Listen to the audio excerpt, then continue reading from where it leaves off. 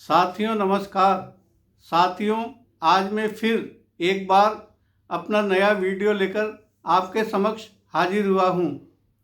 साथियों, अंता विधानसभा का उपचुनाव सत्ताधारी भारतीय जनता पार्टी और प्रमुख विपक्षी दल कांग्रेस के लिए प्रतिष्ठा का चुनाव होने वाला है। वहीं उससे भी बड़ी प्रतिष्ठा राजस्थान के दो पूर्व मुख्यमंत्री कांग्रेस के नेता अशोक गहलोत और भाजपा की राष्ट्रीय उपाध्यक्ष पूर्व मुख्यमंत्री श्रीमती वसुंधरा राजे की राजनीतिक प्रतिष्ठा की दृष्टि से भी यह चुनाव देखने को मिलेगा।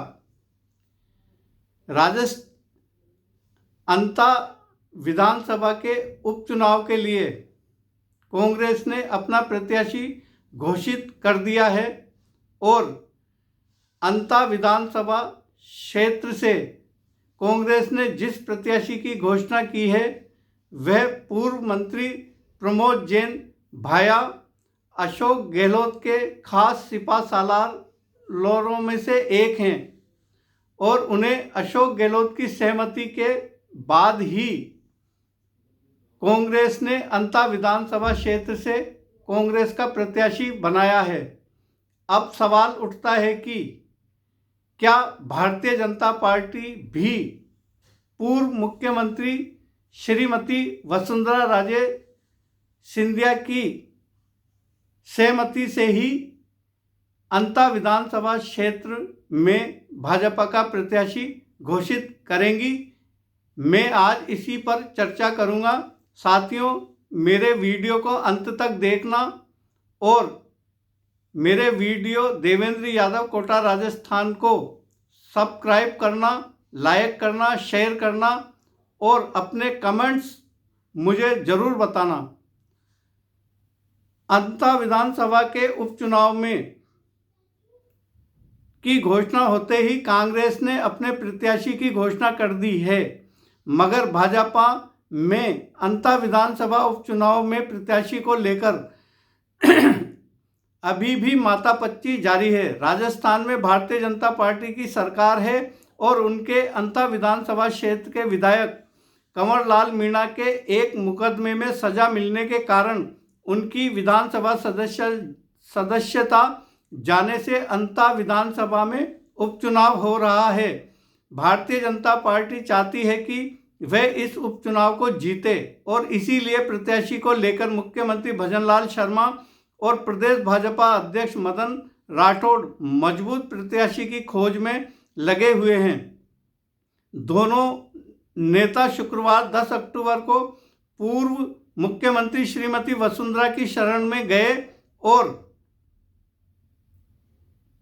अंता विधानसभा उपचुनाव में मजबूत प्रत्याशी कौन हो इसको लेकर मंथन किया। शर्मा और राठौड़ दोनों वसु मैडम की शरण में इसलिए गए क्योंकि अंता विधानसभा क्षेत्र वसु मैडम के लोकसभा क्षेत्र झालावाड़ का हिस्सा है और 2023 के विधानसभा चुनाव में वसु मैडम ने ही अंता विधानसभा क्षेत्र से झालावाड़ जिले की मनोर थाना विधानसभा क्षेत्र के विधायक कंवर लाल मीणा को भाजपा का टिकट दिया था और कंवर लाल मीणा चुनाव जीतने में कामयाब हुए थे।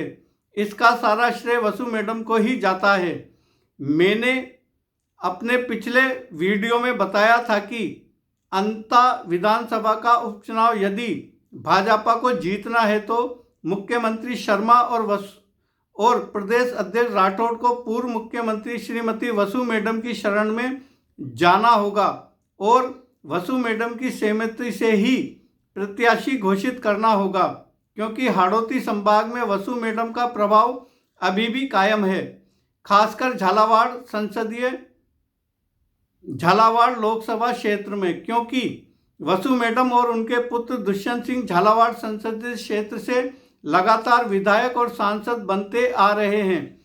2023 के विधानसभा चुनाव में वसु मैडम की राजनीतिक दम के कारण ही भाजपा ने झालावाड़ संसदीय क्षेत्र के 8 विधानसभा क्षेत्र में से 7 पर जीत दर्ज की थी। जिसमें अंता विधानसभा क्षेत्र भी एक था, क्योंकि कांग्रेस ने अंता विधानसभा उपचुनाव के लिए एक बार फिर से पूर्व मंत्री प्रमोद जैन को प्रत्याशी घोषित कर दिया है। प्रमोद जैन 2023 के विधानसभा चुनाव में बहुत कम वोटों से भारतीय जनता पार्टी के प्रत्याशी कंवरलाल मीणा से चुनाव हारे थे। प्रमोद जैन मजबूत उम्मीदवार हैं और उन्हें हराना वसु मैडम के बगैर आसान नहीं है, और शायद इसीलिए शुक्रवार 10 अक्टूबर को मुख्यमंत्री भजनलाल शर्मा और प्रदेश भाजपा अध्यक्ष मदन राठौड़ वसु मैडम की शरण में गए और उम्मीदवार को लेकर मंथन किया।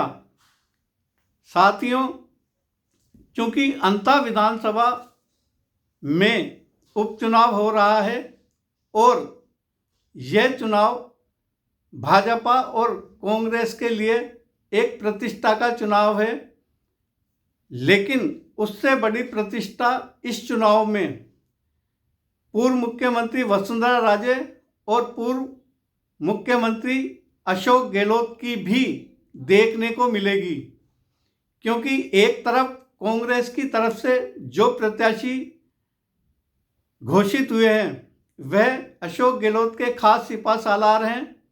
अब नज़र वसुंधरा के ऊपर है कि भारतीय जनता पार्टी उनकी पसंद के उम्मीदवार को अंता विधानसभा क्षेत्र से उतारती है या नहीं। लेकिन सबसे बड़ा राजनीतिक संकट है वो है कांग्रेस पर। कांग्रेस को क्या मीणा समाज के कद्दावर युवा नेता और छात्र नेता नरेश मीणा की नाराजगी का नुकसान झेलना पड़ेगा, क्योंकि 2023 के विधानसभा चुनाव में नरेश मीणा ने कांग्रेस को अपना राजनीतिक आधार छबड़ा विधानसभा क्षेत्र से निर्दलीय लड़के लगभग 40,000 के करीब वोट लेकर दिखाया था, जहां कांग्रेस के प्रत्याशी करण सिंह राठौड़ को बहुत कम अंतर से चुनाव हारना पड़ा था। यदि उस चुनाव में नरेश मीणा निर्दलीय चुनाव नहीं लड़ते तो शायद कांग्रेस छबड़ा विधानसभा सीट को लगभग 30,000 से भी अधिक वोटों से जीतती, क्योंकि नरेश मीणा ने कांग्रेस के लगभग 40,000 वोट लेकर कांग्रेस को हरवाया था। क्या ऐसा ही नज़ारा अब अंता विधानसभा क्षेत्र में भी देखने को मिलेगा? क्योंकि नरेश मीणा नाराज हैं, वे अंता विधानसभा क्षेत्र से टिकट चाहते थे, लेकिन पार्टी ने नरेश मीणा को टिकट नहीं दिया और टिकट दिया प्रमोद जैन भाया को। यहाँ एक और बात गौर करने वाली है, नरेश मीणा अपना सबसे बड़ा राजनीतिक दुश्मन भी प्रमोद जैन भाया को ही मानता है, क्योंकि जब वे छबड़ा विधानसभा क्षेत्र से टिकट मांग रहे थे तब उन्हें यह लगता है कि प्रमोद भाया के कारण उन्हें छबड़ा विधानसभा क्षेत्र से कांग्रेस ने प्रत्याशी नहीं बनाया। अब सवाल ये है कि कांग्रेस भारतीय जनता पार्टी से निपटेगी या फिर नरेश मीणा से कांग्रेस को निपटना पड़ेगा। कांग्रेस के नेता वक्त रहते हुए नरेश मीणा को समझाने की कोशिश करें। शायद नरेश मीणा समझ भी जाएंगे, लेकिन सवाल गारंटी का होगा। कौन नेता है जो नरेश मीणा को यह गारंटी देगा कि 2028 के विधानसभा चुनाव में उन्हें कांग्रेस किसी भी विधानसभा क्षेत्र से कांग्रेस का प्रत्याशी बनाएगी? क्योंकि नरेश मीणा को भी अब कांग्रेस के नेताओं पर विश्वास नहीं रहा, क्योंकि लंबे समय से नरेश मीणा कांग्रेस के नेताओं से धोखा खा रहे हैं। नरेश मीणा को भी समझ में नहीं आ रहा है कि वह कांग्रेस के किस नेता पर भरोसा करें और किस नेता पर भरोसा नहीं करें। इसी ओहापोह में नरेश मीणा भी चिंतित हैं और गहन अध्ययन कर रहे हैं और मंथन कर रहे हैं कि उन्हें अपने भविष्य की राजनीति के लिए अगला कदम क्या उठाना चाहिए। साथियों, आज इस वीडियो में इतना ही। कल मैं फिर से एक बार अपना नया वीडियो लेकर हाजिर रहूँगा। तब तक के लिए नमस्कार। साथियों, मेरे YouTube चैनल देवेंद्र यादव कोटा राजस्थान को अधिक से अधिक सब्सक्राइब करें, लाइक करें, शेयर करें। जय हिंद।